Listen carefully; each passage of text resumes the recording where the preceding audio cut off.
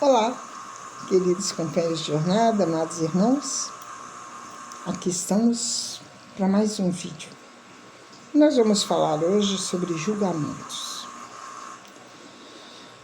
Do capítulo lá do Evangelho segundo o Espiritismo, capítulo 10, item 10. Hipócritas, tirai primeiro a trave do vosso olho, e depois então vede como podereis tirar o argueiro do olho do vosso irmão. Está lá no Mateus, no Evangelho de Mateus, no capítulo 7, versículo 5. Toda vez que o indivíduo, descredenciado legalmente, procede a um julgamento caracterizado pela impiedade e pela precipitação, realiza de uma forma consciente a projeção da sombra que nele jaz, desforçando-lhe de conflito e da imperfeição que lhe são inerentes. Submetido como se encontra a sua crueza escravizadora, em tentativa de libertar-se.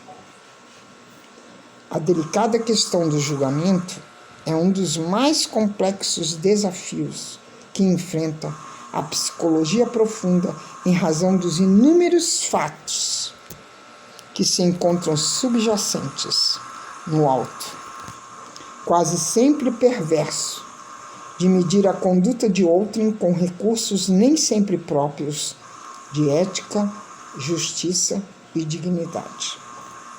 Analisá-lo é devassar o inconsciente daquele que se atribui o direito de penetrar na problemática de outrem. Embora ignore várias causas difíceis de serem identificadas, porque específicas, mantendo um comportamento assim, por sua vez mais danoso, mais credor de correção e censura do que aquele que seu próximo pretende punir.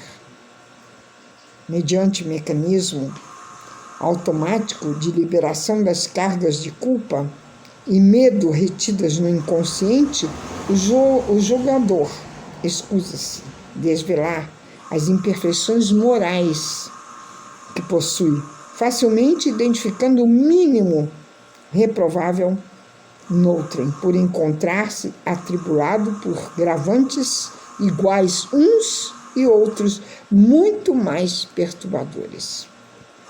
Estudiosos modernos das propostas neotestamentárias, examinando o texto em epígrafe sob a ótica de uma teologia mais compatível com os avanços da psicologia profunda, situam-no entre aqueles que são denominados como os discursos da ira proferidos por Jesus, dentre os quais estão as lamentações a respeito de todos que o desconsideravam a boa nova, e foram chamados de ais.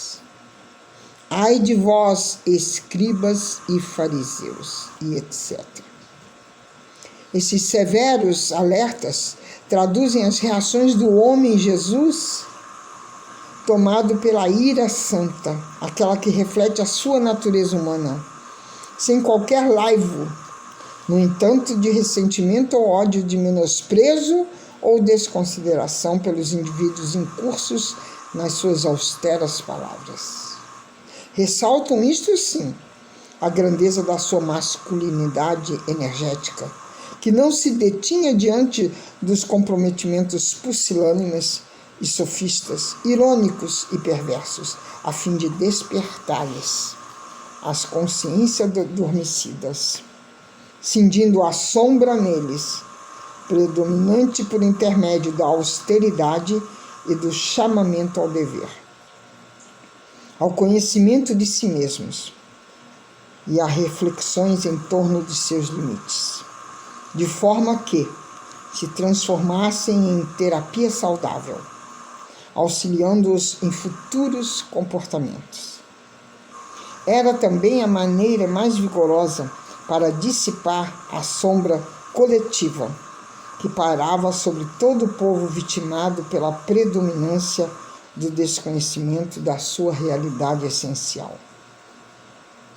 Nas poucas vezes Jesus foi convidado a enfrentar esses tecelões de injúrias e da desdita alheia, caracterizados pela sordidez da hipocrisia, sem disfarce, no qual ocultavam os seus sentimentos reais, sempre prontos para acusar, desferindo golpes impiedosos contra todos aqueles que lhe estivessem sob a injunção da observação perversa. Hábeis na arte de dissimular as desditas interiores, especializavam-se em desvelar nos outros as torpezas morais que os infelicitavam e não tinham coragem de enfrentar. É sempre assim. Esse mecanismo oculto que tipifica o acusador contumaz, o justiçador dos outros, o vigia dos deslizes das demais pessoas.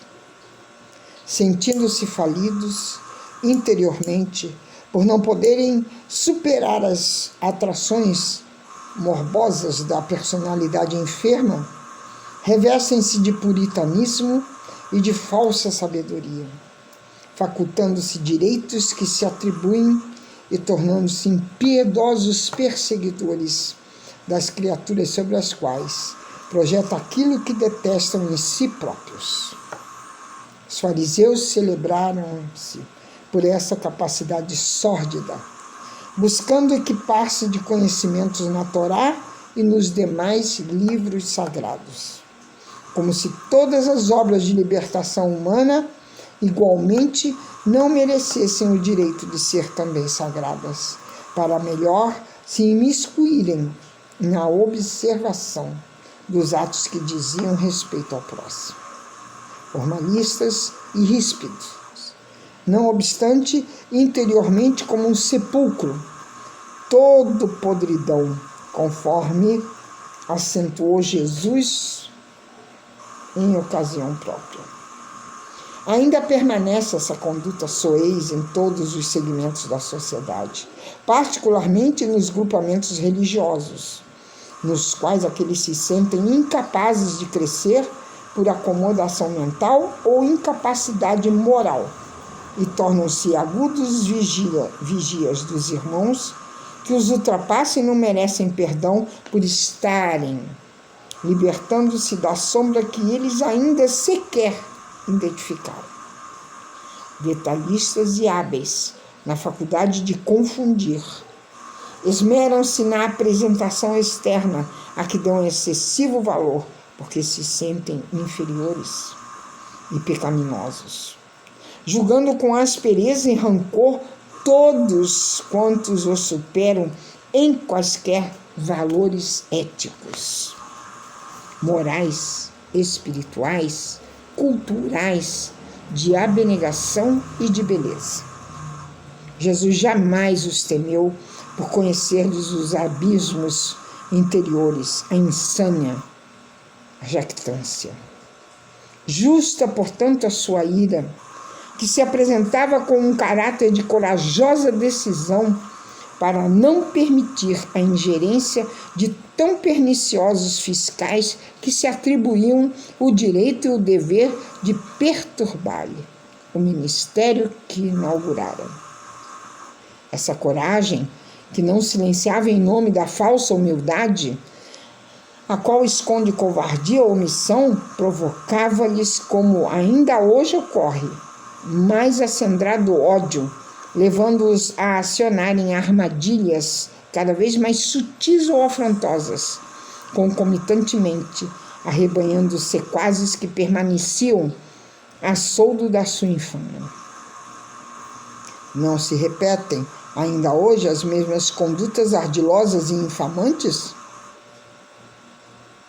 O julgamento legal tem raízes nas conquistas da ética e do direito, do desenvolvimento cultural dos povos e dos homens, concedendo ao réu a oportunidade de defesa, enquanto são tomadas as providências hábeis para que sejam preservados os seus valores humanos, as suas conquistas de cidadão. Essa é a diferença entre a conduta da civilização em relação à barbárie do homem vencedor da sombra em confronto com o mergulhado nela.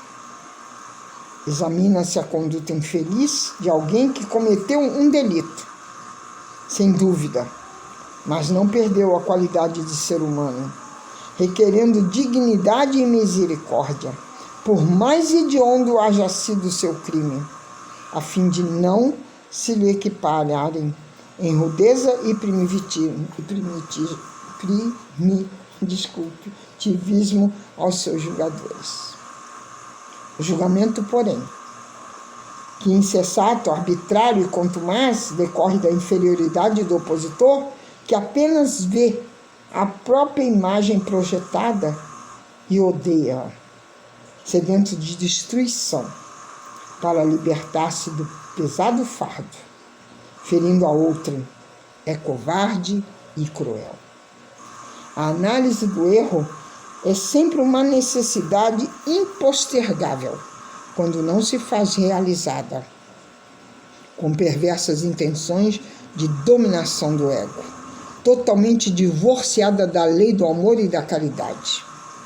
Analisar para auxiliar, para corrigir, para educar, é valiosa contribuição para a construção de um ser moral, psicológico e espiritual. Dessa forma, é inevitável que toda vez quando se é defrontado pelas ocorrências do cotidiano, o próprio senso crítico e de discernimento proceda a julgamento. Examine a atitude, a conduta alheia, não assumindo, porém, a postura de censor, de responsável pela sociedade que pensaria estar defendendo. A sutileza se encontra na capacidade de não converter a apreciação e o exame da situação em condenação que exige castigo, mas solidariedade ou autoprecaução, para que não incida no mesmo equívoco. Graças a esse comportamento, manifesta-se a maturidade do ser humano, que ora sabe entender o correto em relação ao errado. A ação dignificante, em confronto com a reprovável, a comparação entre o saudável e o patológico. Jesus, que sabia examinar sem julgar, muito menos punir, como consequência, viveu sempre muito feliz. A sua doutrina é todo um poema de alegria, de libertação, de conflitos, de autoiluminação e de engrandecimento a Deus. Manifesta em todas as coisas, desde as simples sementes aos grãos pequeninos, às aves dos céus, às redes de pescar, aos lírios do campo, ao azeite, à lâmpada, à mãe, natureza e ao excesso Pai, a quem nunca viu. Aquele homem especial pela própria grandeza e autoridade de que se fazia revestido, as quais lhe foram concedidas pelo Pai, em todo momento exteriorizava bom humor e alegria, sem vulgaridade, severidade, quando necessário, nunca, porém, hostilidade. Fazia-se generoso, incessantemente, jamais covarde, amigo em comum de todos, não conivente com as suas defecções. Sabia como desmascarar a hipocrisia e não trepidava em repreender os portadores da dissimulação mesquinha, possuidor, no entanto, do sentimento socorrida e socorrista, para com todos tornava-se um psicoterapeuta incomparável. O farisaísmo permanece nos relacionamentos humanos com as suas várias máscaras, ferindo ou tentando dificultar a marcha dos homens idealistas, daqueles que estão construindo a nova sociedade para um mundo melhor do futuro. A sombra, em projeção, torna-se julgamento, que a sã conduta e a harmonia psicológica diluem a perfeição e identificação dos valores do self, triunfando sobre os caprichos do ego. Diante dos julgamentos, direcionados pelos sentimentos servis e dos julgadores sistemáticos, considere-se, pois, com cuidado a severa advertência do homem de Nazaré. Hipócritas, tirai primeiro a trave do vosso olho, e depois então vede como podereis tirar o argueiro do olho do vosso irmão. Graças a Deus, graças a Jesus. Que o nosso Mestre possa estar sempre em nossos corações. Que vocês possam se inscrever no nosso canal, Conversando com Lúcia sobre a espiritualidade, dando lá o seu joinha e compartilhando essas sementes nos campos do Senhor. Beijos em seus corações.